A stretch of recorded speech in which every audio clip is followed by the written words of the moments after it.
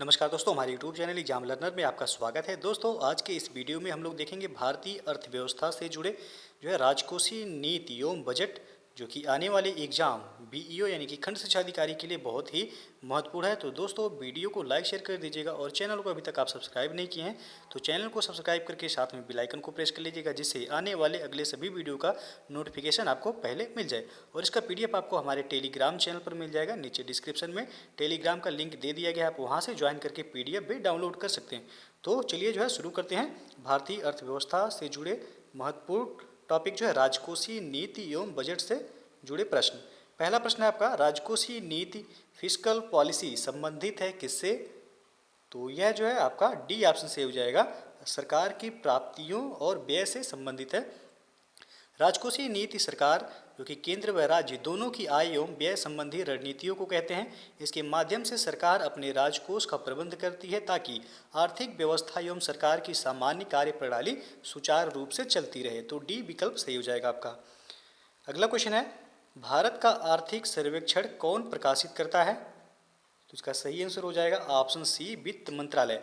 आर्थिक सर्वेक्षण का प्रकाशन वित्त मंत्रालय के द्वारा किया जाता है। यह वित्त मंत्रालय के मुख्य आर्थिक सलाहकार के दिशा निर्देशन में तैयार किया जाता है। आर्थिक सर्वेक्षण वह दस्तावेज है जो विगत वर्ष में आर्थिक विकास के क्षेत्र में प्राप्त उपलब्धियां तथा भविष्य की योजनाओं व रणनीति का प्रारूप प्रस्तुत करता है। नेक्स्ट क्वेश्चन है आपका कि बजट एक लेख पत्र है। तो इसका सही आंसर हो जाएगा ऑप्शन सी, सरकार की राजकोषीय नीति का।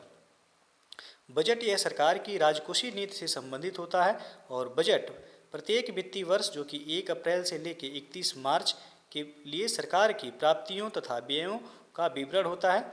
वर्ष 2017 से भारत में बजट 1 फरवरी को प्रस्तुत किया जाता है और बजट यह वार्षिक वित्तीय विवरण कहलाता है। संविधान के अनुच्छेद 112 में इसका उल्लेख है।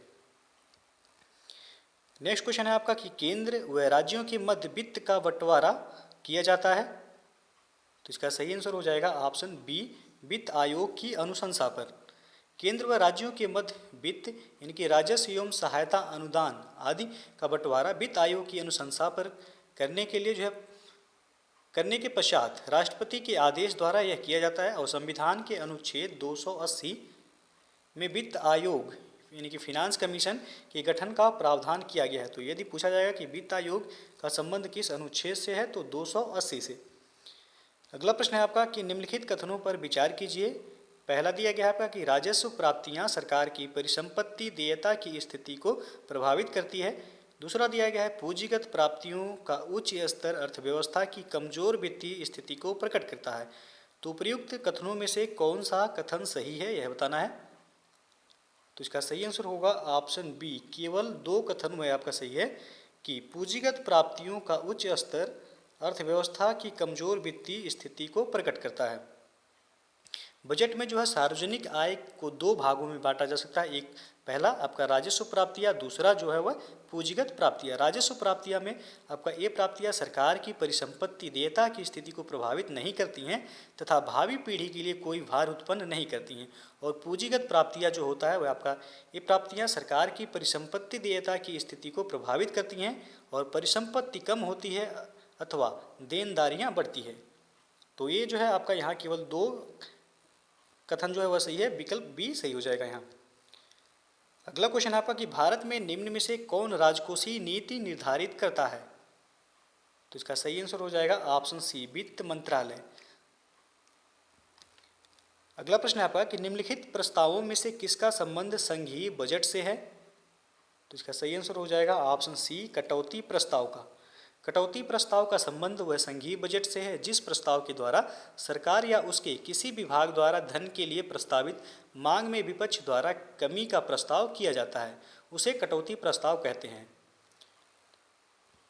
अगला क्वेश्चन है अब आपका कि भारत में घाटे की वित्त व्यवस्था किस उद्देश्य से उपयोग की जाती है? तो इसका सही आंसर हो जाएगा ऑप्शन ए, आर्थिक विकास के प्रोत्साहन के लिए। भारत जैसे देश में घाटे की वित्त व्यवस्था का मुख्य उद्देश्य है आर्थिक विकास को प्रोत्साहन देना। घाटे की वित्त व्यवस्था के द्वारा भारत सरकार लोक व्यय को बढ़ावा देती है जिससे आर्थिक गतिविधियों को प्रोत्साहन मिलता है। नेक्स्ट क्वेश्चन है आपका कि भारत सरकार की राजकोषीय नीति का निम्न में से कौन सा उद्देश्य नहीं है?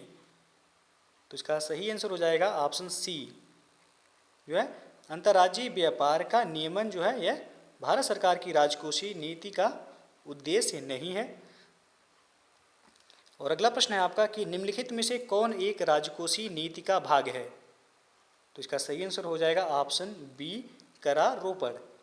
करारोपण सार्वजनिक व्यय तथा सार्वजनिक ऋण, सरकार द्वारा जनता से लिया जाने वाला ऋण, जो कि राजकोषीय नीति के 3 महत्वपूर्ण भाग हैं: सार्वजनिक व्यय, करारोपण और सार्वजनिक ऋण तथा हीनार्थ प्रबंधन से संबंधित नीति को ही राजकोषीय नीति कहा जाता है।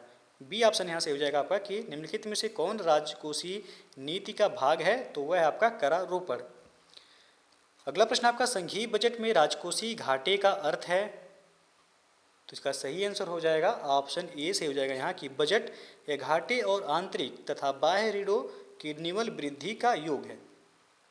संघीय बजट में जो है राजकोषीय घाटे का अर्थ कुल व्ययों यानी कि राजस्व प्लस पूंजीगत का कुल प्राप्तियों राजस्व प्लस पूंजीगत पर आधिक्य से है, जबकि कुल पूंजीगत प्राप्तियों में बाजार से उधार और अन्य देयताओं को सम्मिलित नहीं किया गया है। बजट घाटे में बाजार से उधार एवं अन्य देयताओं को सम्मिलित किया जाता है। इसे जो है 1 अप्रैल 1997 को सुखमय चक्रवर्ती समिति की अनुशंसा पर लागू किया गया था। अगला प्रश्न आपका राजस्व घाटे की अपेक्षा राजकोषीय घाटा सदैव रहेगा? तो यह अधिक रहेगा हमेशा, ये ऑप्शन आपका सही हो जाएगा। राजस्व घाटा जो होता है राजस्व प्राप्तियों की अपेक्षा राजस्व खर्च का अधिक, और चालू खाता जो होता है वह आपका व्यापार शेष प्लस विदेशों से निवल कारक आय प्लस विदेशों से एक पक्षीय अंतरण। यदि यह ऋणात्मक हो तो यह जो है चालू खाता होगा तथा धनात्मक होने पर चालू खाता आधिक्य होगा। और बजट घाटा जो होता है वह आपका कुल खर्चों का कुल प्राप्तियों पर आधिक्य है, जबकि कुल प्राप्तियों में पूंजीगत प्राप्तियों के अंतर्गत बाजार से उधार और अन्य देयताओं को भी सम्मिलित किया जाता है। तो यहाँ जो आपसे पूछा गया है कि राजस्व घाटे की अपेक्षा राजकोषीय घाटा सदैव रहेगा तो अधिक रहेगा, ये ऑप्शन आपका सही हो जाएगा। अगला क्वेश्चन आपका सार्वजनिक क्षेत्र में विनिवेश को कहा जाता है? तो इसका सही जो आंसर हो जाएगा ऑप्शन डी से हो जाएगा निजीकरण। विनिवेश स्वामित्व हस्तांतरण की एक प्रक्रिया है। सरकारी क्षेत्र के उपक्रमों को में विनिवेश को निजीकरण यानी कि प्राइवेटाइजेशन कहते हैं। और निजीकरण वह प्रक्रिया है जिसमें सरकार सार्वजनिक उपक्रमों के स्वामित्व को निजी व्यवसायी या उद्यमी को बेचती है। विनिवेश द्वारा प्राप्त पूंजी को राष्ट्रीय निवेश कोष में रखा जाता है। तो यहाँ जो है आपसे पूछा गया कि सार्वजनिक क्षेत्र में विनिवेश को क्या कहा जाता है? तो निजीकरण कहा जाता है। डी विकल्प सही हो जाएगा यहाँ। अगला क्वेश्चन आपका भारत सरकार के बजट में कुल प्राप्ति व कुल व्यय के अंतर को क्या कहा जाता है? तो यहाँ से हो जाएगा आपका ऑप्शन बी बजट घाटा। कुल बजट घाटा कुल व्यय व कुल प्राप्तियों के मध्य अंतर होता है। कुल व्यय के अंतर्गत गैर ऋण प्राप्तियाँ जो कि प्राथमिक व्यय कहलाता है तथा ऋण व्यय या द्वितीयक व्यय कहलाता है शामिल है, जबकि कुल प्राप्तियों में गैर ऋण प्राप्तियाँ एवं बाजार उधार शामिल है आपका। नेक्स्ट क्वेश्चन आपका कि भारत सरकार के बजट आंकड़ों में राजकोषीय घाटा क्या है?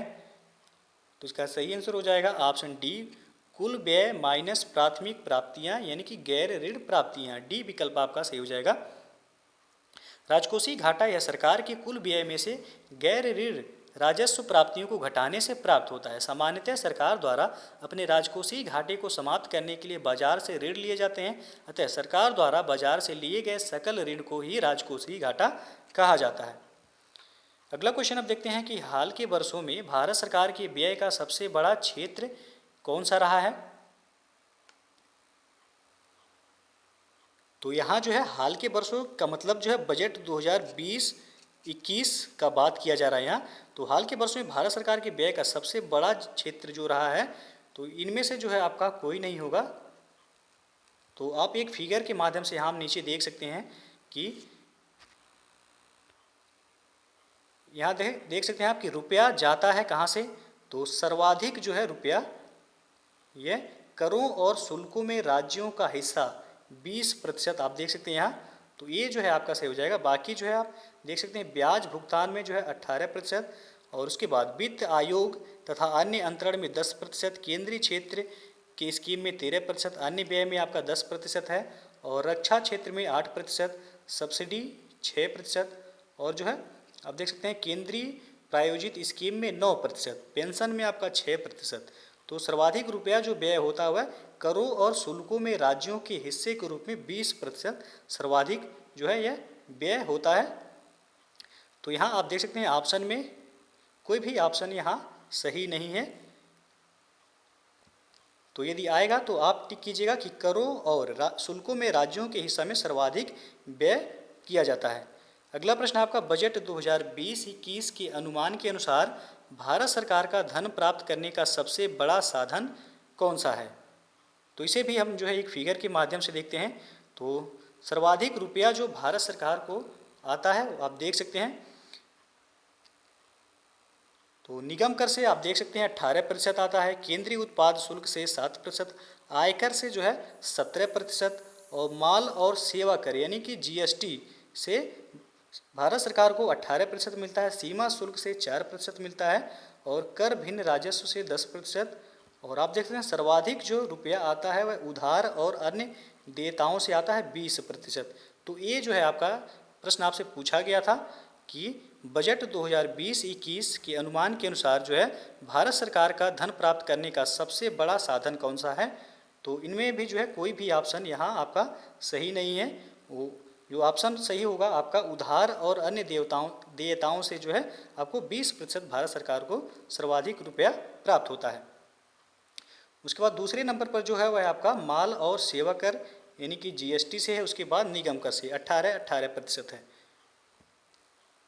अगला प्रश्न आप देखते हैं कि इनमें से कौन सामान्यतः भारतीय संसद में वित्त बजट प्रस्तुत करता है? तो इसका सही आंसर हो जाएगा ऑप्शन सी, वित्त मंत्री।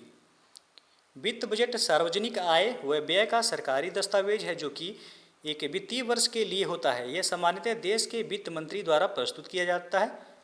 तो सी ऑप्शन यहाँ सही हो जाएगा। अगला प्रश्न है, भारत में निम्न में से किस क्षेत्र में कार्यरत श्रमिकों की संख्या अधिकतम है?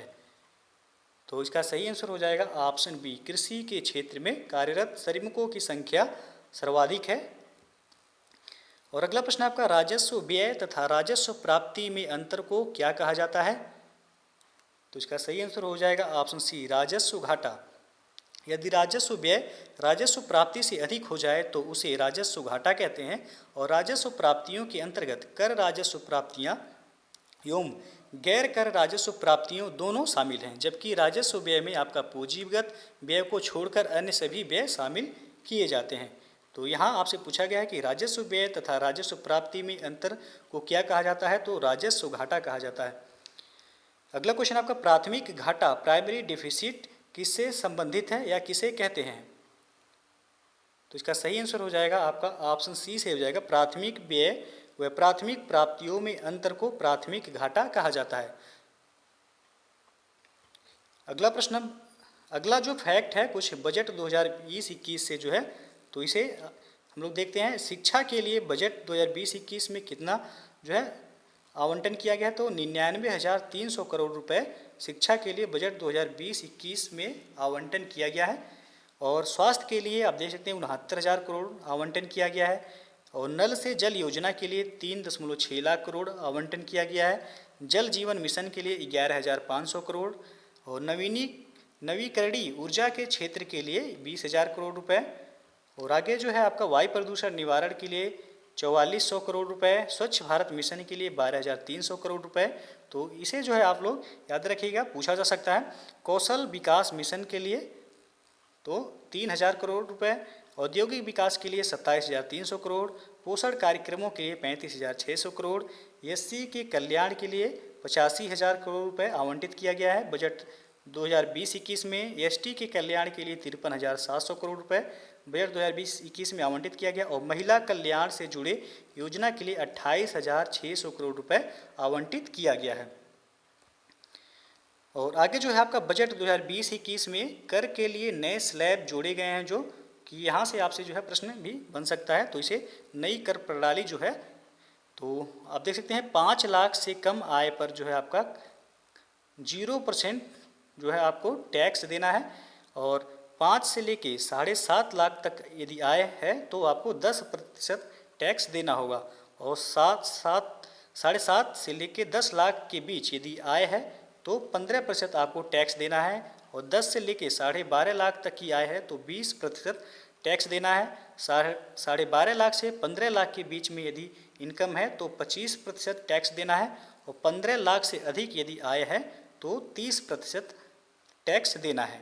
तो ये है नई कर प्रणाली जो है, टैक्स स्लैब जो है यह।